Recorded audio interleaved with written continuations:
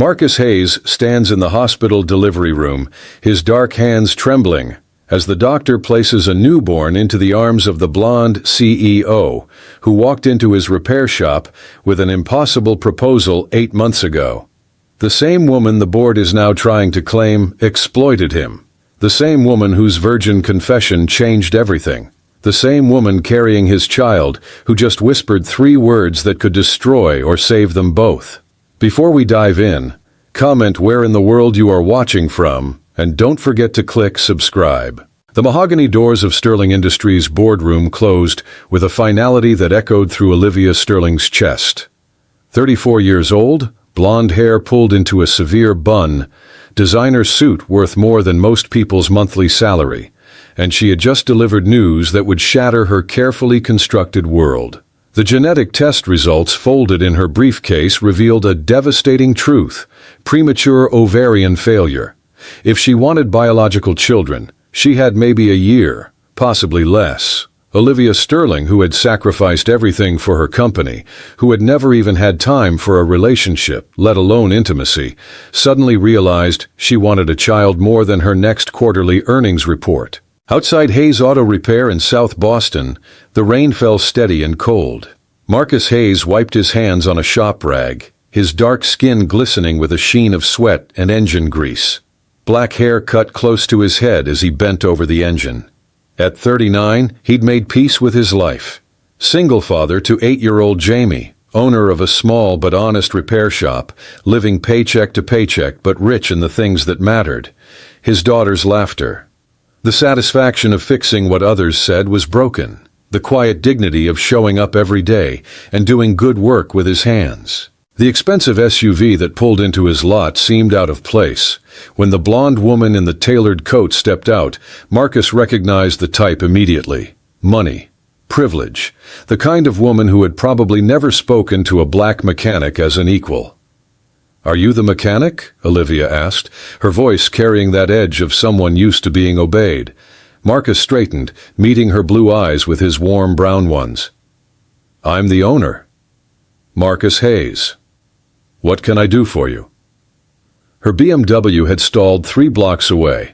As Marcus examined the engine, Olivia found herself watching his hands. Strong, capable, precise. There was something in his quiet competence, in the way his muscles moved beneath his workshirt, that made her breath catch in a way she'd never experienced before. Olivia didn't leave. She sat in his small office, ostensibly checking emails, but really watching through the window as he worked. When Jamie arrived after school, braids bouncing, she burst into the shop with pure joy. "Daddy, I got 100 on my spelling test." Marcus scooped his daughter into a hug, grease and all, spinning her around as she shrieked with laughter. It was such a simple moment, but to Olivia, who had spent years in boardrooms sacrificing everything, including her personal life, it looked like everything she didn't have, everything she suddenly, desperately wanted. That night, Olivia made a decision that would have shocked anyone who knew her. She spent the next week having Marcus investigated. What she learned painted a picture of a man who had lost everything and rebuilt with grace. His wife had died in childbirth with Jamie. He'd been a promising engineering student at MIT when it happened, but dropped out to raise his daughter. Never dated seriously, never put anyone before his child. Honest, kind, struggling financially but rich in character. Everything the men in her world were not. The second time Olivia showed up at Hayes Auto Repair, her car was running fine. Marcus checked it thoroughly, found nothing wrong. As she paid, their fingers brushed, and Olivia felt electricity shoot through her body, foreign and thrilling. "Ms. Sterling," Marcus said carefully, his deep voice sending unexpected warmth through her. "Your car is fine. Why are you really here?" In his small office, Olivia Sterling proposed the most audacious deal of her career. "I have a medical condition. If I want to have a biological child, I have less than a year. I'm not married. I've never even—" She paused, embarrassed. "I've never been with anyone. My entire life has been the company." Marcus's eyes widened slightly at her admission, but he didn't mock her. "And you came to me because I've spent the last week thinking about what kind of man I would want as the father of my child. Someone kind, honest, A good parent. She paused, her voice dropping. Someone like you. She named a figure that made his eyes widen. Enough to put Jamie through any college. Enough to secure both your futures. Marcus stood, pacing. Ms. Sterling, do you understand what you're asking? You've never been intimate with anyone, and you want your first time to be a business transaction? I don't want it to be just a transaction, Olivia said quietly. I want it to mean something. The week passed with agonizing slowness. On the 7th day, Marcus called, "Come to the shop tonight." When Olivia arrived, Marcus was waiting. "I talked to my lawyer. If we do this, I want to be involved as a father, with rights and responsibilities. I want that too. And we do this right," Marcus continued, his voice gentle but firm. "We get to know each other first. You deserve more than a cold transaction for your first time." Over the next month, they built something neither expected. They went to dinner, to movies, to Jamie's school play. Slowly, they began to know each other. Marcus learned that Olivia's driven nature came from losing her parents young and building the company from their small startup. Olivia learned that Marcus carried guilt about his wife's death, feeling he should have seen the complications coming. Jamie became the unexpected bridge. Through the 8-year-old's eyes, Olivia learned what family actually meant. 2 months in, on a warm May evening at Marcus's house with Jamie asleep upstairs, everything changed. They were washing dishes together when Marcus turned and found Olivia looking at him with nervous anticipation and undeniable desire. "Marcus," she said softly, her voice trembling, "I'm ready. I want this to be real. I want it to be with you." He dried his hands slowly, stepping closer. "Olivia, are you sure? This isn't just about the baby anymore, is it?" "No," she whispered. "It's about you. About us. I'm falling for you, and I'm terrified.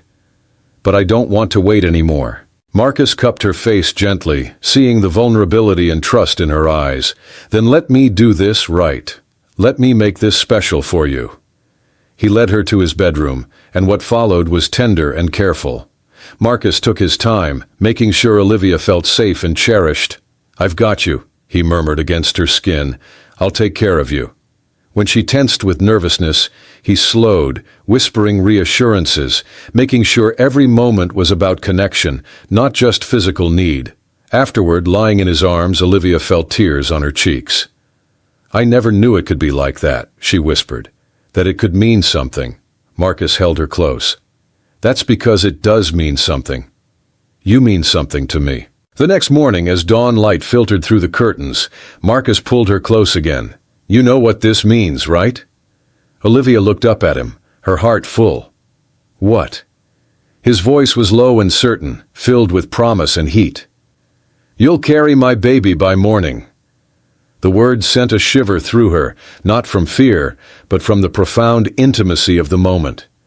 They made love again, this time with less hesitation and more passion, sealing the connection they'd built over months of careful trust. 6 weeks later, the pregnancy test confirmed what they both somehow knew. Olivia was carrying Marcus's child. His reaction was pure joy, spinning her around, then gently setting her down with concern. "I love you," he said simply. "This wasn't supposed to happen, but I love you." Olivia realized the truth she'd been avoiding. "I love you too. You're the first man I've ever trusted enough to let in." The pregnancy progressed smoothly. Olivia stepped back from her CEO duties and moved into Marcus's house. The merger of their lives wasn't always smooth. A black mechanic and a white CEO raised eyebrows in both their worlds, but they faced each challenge together. Jamie was thrilled about the baby, already planning what kind of big sister she'd be. 7 months into her pregnancy, Olivia stood in the nursery watching Marcus assemble the crib. "When I first came to your shop, I was looking for a transaction," she said softly. Marcus looked up, smiling. "And what did you find?" "Everything. I found love, family, and myself." The baby, a girl they named Grace, arrived on a snowy December morning. Marcus was there for every moment, crying when the doctor placed their daughter in Olivia's arms. Jamie met her sister with pure devotion. 2 years later, Hayes Auto Repair had expanded into 3 shops. Olivia served on several boards, but had found her true calling in her family. She and Marcus had married quietly, with Jamie as their flower girl, choosing love over the business arrangement that had brought them together. On a spring afternoon, Olivia pulled into the original shop with both girls. Marcus swept Grace into his arms, his dark skin contrasting beautifully with her lighter complexion, a perfect blend of both parents. Olivia watched her family, remembering the desperate virgin CEO who'd offered a stranger money for a child. That woman had been looking for a solution. What she'd found instead was transformation. Marcus had given her not just a child, but a family, intimacy, and love that had healed parts of her she hadn't known were broken. And it had all started with the bravest proposition she'd ever made, and his promise that had become their reality. "You'll carry my baby by morning." Those words had been more than a statement. They'd been a promise of connection, of trust, of 2 people from different worlds building something beautiful together. Sometimes, the greatest love stories begin with the most unconventional proposals, and the courage to believe that what you need might come in the most unexpected package.